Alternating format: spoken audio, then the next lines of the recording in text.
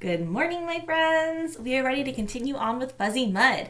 When we last left off, we have Tamaya and Marshall who are going back into school, and Marshall especially is super nervous about running into Chad again. So we're going to continue on and see what happens. We're in chapter 14. It is Wednesday, November 3rd at 9:40 a.m. Let's go ahead and get started. Mondays, Wednesdays, and Fridays, the students in Miss Filbert's class had to write in their journals. Sometimes she let them write about whatever they wanted, but more often she gave them a prompt. Tamaya preferred the prompts. It was strange, but she found it harder to think of something to write when she could write about anything in the world. Most everyone else always moaned and groaned when they heard the prompts. It didn't seem to matter what the prompts were. People just liked to complain. Today, Miss Filbert wrote the prompt on the whiteboard, then said it aloud. How to blow up a balloon. Along with the usual moans and groans, there was a lot of, huh? And what? Hands were raised all around Tamaya. I don't get it, Jason spoke out without raising his hand. You just stick it into your mouth and blow. Oh, you mean like this? Asked Miss Filbert. Tamaya watched, wide-eyed, as her teacher took a red balloon and placed the whole thing inside of her mouth. Miss Filbert took a deep, big breath and then blew, spitting the balloon out onto the floor. Everyone laughed, including Tamaya. She smiled at Hope, who sat next to her, then tried to catch Monica's eyes on the other side of the room. Monica was looking back at her, sharing her amazement. Miss Filbert scratched her head as if she were greatly confused. That didn't work, she said. No, you put the whole balloon into your mouth, said Jason, again without raising his hand. Just one end. Miss Filbert slapped herself on the forehead. Oh, well, why didn't you say that in the first place? She chose another balloon, and this time put only one end into her mouth. The wrong end. No, the other end, called Monica. Miss Filbert turned the balloon around. Now blow, said Monica. Once again, Miss Filbert spit the balloon onto the floor. All around Tamaya, kids were shouting instructions, trying to tell Miss Filbert what she had done wrong. Others were repeating to their friends what they had just seen, even though their friends had just seen it too. Miss Filbert held up 2 fingers and waited for everyone to be quiet. Don't tell me, she said. Write it. Pretend that what you write is going to be read by someone who never, ever saw a balloon before in her whole life. And she's none too bright either. Miss Filbert knocked on the side of her head as if she were testing to see if it was hollow. Tamaya laughed. Her mind was already working on how to blow up a balloon instructions. So, your instructions have to be clear and precise, Miss Filbert continued. Later, you can read them aloud and we'll see how many balloons I managed to inflate. The complainers were moaning and groaning again, but Tamaya was up for the challenge. She picked up her pencil, thought a moment, then wrote. You start with a flat balloon. You want to fill it with air from your lungs. The rest of the class was still buzzing around their teacher's spitting balloons. From across the aisle, Hope tapped Tamaya on the shoulder. What happened to your sweater? She whispered. Tamaya's heart sank. She hoped it wasn't so noticeable. What do you mean? She whispered back. It's all torn. Tamaya shrugged. Who cares? She said, trying to prove that she wasn't a goody two-shoes that Hope thought she was. She returned to her journal, reread what she had written, and then added, look for the end with the hole. No, she didn't like that. A hole was the last thing you wanted in a balloon. For all she knew, Miss Filbert might stick a pin in the balloon just to have a hole there. She tried to think of what else to call it. The knobby round thing? She tried to erase what she had written, but instead made an ugly gray smudge on the paper. Tamaya's pages were always clean and neat, and she had excellent handwriting. She tried rubbing harder, but not hard enough to tear the page. A red drop fell on top of the smudge. At first, Tamaya was worried about her journal being ruined more than anything else. But when she looked at her hand, she was horrified to see it was covered in blisters and blood. She dropped her pencil. It rolled across her journal, leaving a red track behind it that continued across her desk and fell to the floor. Miss Filbert, called Hope. Tamaya's hand's all bloody. 2 times 256 equals 512. 2 times 512 equals 1024. Chapter 15. Down in the Dungeon. There was still no sight of Chad when Marshall walked into his classroom and took his seat. His relief quickly turned into anxiety, however. He turned his head towards the door every single time he heard it open. He knew Chad would come waltzing in at any moment, telling everyone about what had happened in the woods and about how Marshall had needed a little 5th-grade girl to protect him. Even after class started, and Chad still had not shown, Marshall's anxiety only grew worse. He tapped his foot throughout the morning announcements.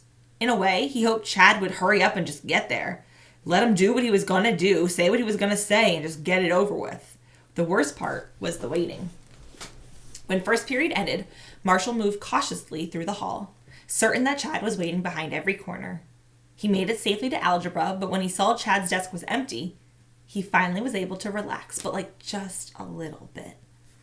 Math had always been Marshall's best subject, and without Chad's eyes burning a hole in through the back of his head, he was able to concentrate for the first time in weeks. Mr. Brandt put on a pair of simultaneous equations on the whiteboard. Marshall mentally went through the necessary steps to solve them just as his teacher worked them through for the class. Mr. Brandt put up 2 more equations. Anyone want to try? Chad or no Chad, Marshall still didn't dare to raise his hand. Perhaps Mr. Brandt had caught something in Marshall's expression or an alertness in his eyes. Marshall, he said, you want to come and give this a go? Marshall flinched at the mention of his name, then slowly rose. As he made his way to the front of the room, he heard none of the usual snide whispers. No legs stuck out to try and trip him. He took the marker from Mr. Brandt, studied the 2 equations for a moment, then wrote a new equation combining elements from the other 2.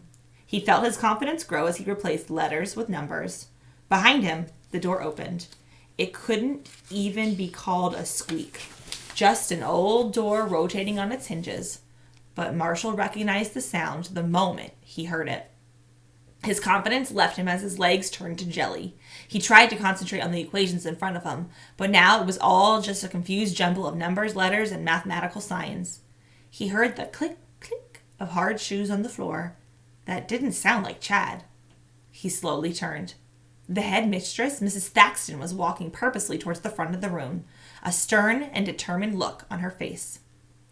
I'm sorry to interrupt, Mr. Brandt, she said, and turned her back to Marshall in order to face the class. I am afraid I have some very disturbing news. Marshall didn't know where he was supposed to go. He didn't want to have to cross in front of Miss Thaxton in order to return to his desk. Instead, he slowly edged away from the board towards the side wall.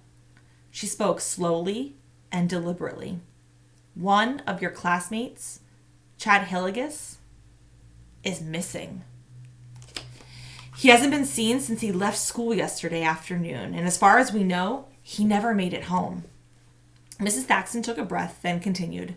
If any of you know anything about where he might have gone or what has happened to him, I need to know immediately. Nobody said a word.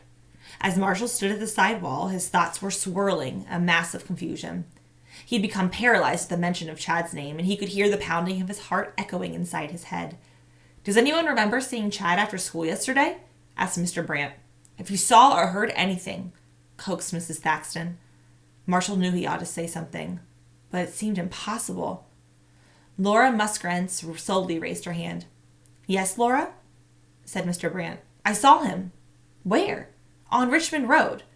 Did he say anything to you? Mrs. Thaxton asked her. No, I was in my mom's car. We just drove past. You asked if we saw him, that's all. Marshall wondered if Laura would have noticed him too if he had been there. Did you notice which way he was heading? Asked Mrs. Thaxton. If you leave the school and turn right, I think. We drove the other way, so I didn't see him after that. Did anyone else see or talk to Chad? Asked Mrs. Thaxton. Either after school or perhaps earlier? Did he say what his plans were after school? Cody raised his hand, then quickly lowered it, but not before Mr. Brandt noticed. Do you know something, Cody? He kind of told me what he was going to do, but I feel kind of weird saying it. What did he tell you, Cody? Demanded Mrs. Thaxton. This is not the time to worry about being embarrassed or feeling weird. Okay, you asked, Cody shrugged. He said he was going to beat up Marshall. Muffled laughter came from the back corner of the room, but one look from Mrs. Thaxton silenced whoever was laughing. Sorry, man, Cody said, looking at Marshall. That's what he said. For the first time, Mrs. Thaxton turned to notice Marshall standing awkwardly against the wall. Marshall, what do you know about this? All he could manage was a shrug. It took all his efforts just to keep from trembling. Did you encounter Chad on your way home yesterday? He shook his head. Did you know that he was looking for you? No, he said. You didn't see him at all? I just walked home like always. He wasn't there. Mrs. Thaxton took a long, hard look at him. Do you know why he wanted to fight you? Did something happen earlier? He shook his head. Chad's been picking at Marshall all year, said Andy, for no reason. Marshall never did anything, volunteered Laura. Chad's just mean. Mrs. Thaxton took another long look at Marshall, then turned her attention back to the rest of the class. If anybody thinks of anything else, any little thing Chad might have done or said, or something somebody else might have said about Chad, please let Mr. Brandt know. If you need to talk in private, I'll be in my office. Please think hard, and don't be afraid to come to me. I will keep anything you tell me strictly confidential. She walked out of the room. Then, all eyes fixed on Marshall. He quickly returned to his seat. The equations remained on the whiteboard, unsolved. Chapter 16.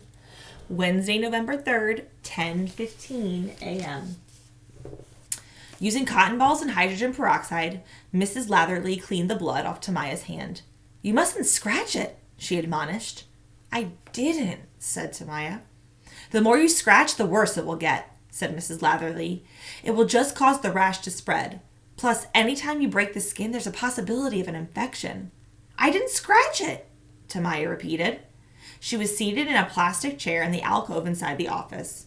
The alcove contained the office printer, the coffee maker, the medical supplies that were on the shelf next to the printer. Mrs. Latherley spent most days answering phones and working on a computer. But whenever anyone got sick or needed first aid, she was the person to see. Maybe I rubbed it a little, Tamaya admitted, but it doesn't itch. It feels tingly. You know, when your hands get really, really cold and then you stick them under warm water, the way they get all prickly, that's how it feels. Mrs. Latherley said as she took out the first aid box off the shelf, but Tamaya didn't think she was really listening. She watched Mrs. Latherley unlatch the lid and take out various tubes, read the labels, and put them back. Tamaya really wished Mrs. Latherley would hurry. She'd hoped she can get back into class to finish her journal entry. In her mind, she imagined Hope and Jason and Monica taking turns reading their How to Blow Up a Balloon instructions to Miss Philpott. She could see the balloons flying out of her teacher's mouth and jetting into circles around the room while everyone laughed. It isn't fair, she thought. Why do I always have to miss out on all the fun stuff? It seemed to be that way all the time. She missed Hope's limousine party because it had been her weekend to be in Philadelphia. And then Katie, her only sort of friend in Philadelphia, had invited her to go to horseback riding in the country with her family, but it had been for the wrong weekend. Mr. Franks, the assistant headmaster, stepped into the alcove. Hi, Tamaya, he said to her. You're not sick, are you? No, just a rash. Good, we don't want to ruin your perfect record, he winked at her. Tamaya could feel her face get warm, and she tried very hard not to blush. All of her friends agreed that Mr. Franks was a movie star, like that handsome. Summer swore he had a tattoo on the back of his neck, which is why he always wore a jacket and a tie. Summer didn't know what the tattoo was, but it was definitely something inappropriate. If Mrs. Thaxton found out about it, he'd be fired. Mr. Franks bent down to pour himself a cup of coffee, and Tamaya tried to peek at his neck. She couldn't see anything. She doubted he really had a tattoo. After all, how could Summer know about it and not Mrs. Thaxton? Hold out your hand, said Mrs. Latherley. Tamaya waited for Mr. Franks to leave the alcove. She didn't want him to see her ugly rash. I tried some of my mother's hand cream, she told Mrs. Latherley. It didn't work. This will, Mrs. Latherley reassured her. As Mrs. Latherley applied the ointment, Tamaya read the label upside down on the tube. Hydrocortisone, 1%. She took heart in the words, maximum strength. Do you have any pets? Mrs. Latherley asked. Cooper, my dog. Do you think you might be allergic to Cooper? No, she explained.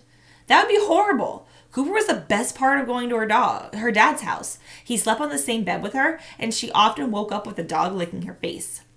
Has Cooper had any kind of problems lately with fleas or ticks or mange? I hope not, said Tamaya. Mrs. Latherley looked confused. Has he or hasn't he? Tamaya explained that she only saw Cooper only one weekend a month. Miss Latherley seemed exasperated. Tamaya, I'm trying to have determined what has caused your rash. If you haven't been near Cooper, then it obviously didn't come from him. Sorry, Tamaya said, and she felt stupid. It felt confusing sometimes, having 2 different homes. It was like she had 2 different lives, 2 half-lives, and then added together, and they didn't quite equal a whole life. She felt like she was always missing something. Miss Latherley wrapped Tamaya's hand with gauze. Is there anything else you might have touched recently that you can think of, she asked? Maybe some kind of cleaning product? Tamaya wondered if she should tell Mrs. Latherley about the strange mud. She didn't want to get Marshall in trouble. Still, she knew it was important to tell the truth to a doctor or a nurse, even if Mrs. Latherley was just a part-time school nurse. I'm going to pause for 1 second, my friends. We need to plug in the computer.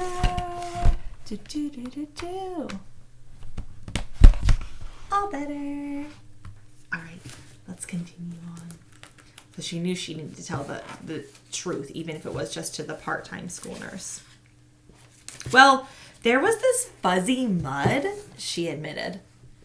Have you eaten peanuts or peanut butter? Asked Mrs. Latherley, showing no interest in the mud. Tamaya's mind remained fixed on the fuzzy mud. It all happened so quickly, but replaying it in her head in slow motion, she could see herself picking up a handful of the tar-like muck. She vaguely recalled that it had felt warm, although she couldn't be certain that this is what was embellishing from her memory. Have you recently eaten any peanuts or peanut butter? Mrs. Latherley asked again. Tamaya forced herself to focus on the question. I had a peanut butter and jelly sandwich yesterday, she said. It might have been the day before. You may be allergic, said Mrs. Latherley. Next time you see your doctor, have your mother ask for an allergy test. In the meantime, I wouldn't eat any more peanut butter sandwiches. My mom makes her own strawberry jam, Tamaya offered up, out of real strawberries. Maybe I'm allergic to that. Maybe, said Mrs. Latherley. She's taking me to the doctor after school. Good. Mrs. Latherley wrapped each of Tamaya's fingers separately, then her palm and wrist. How does that feel? Tamaya tried to wiggle her fingers. Like I'm a mummy, she joked.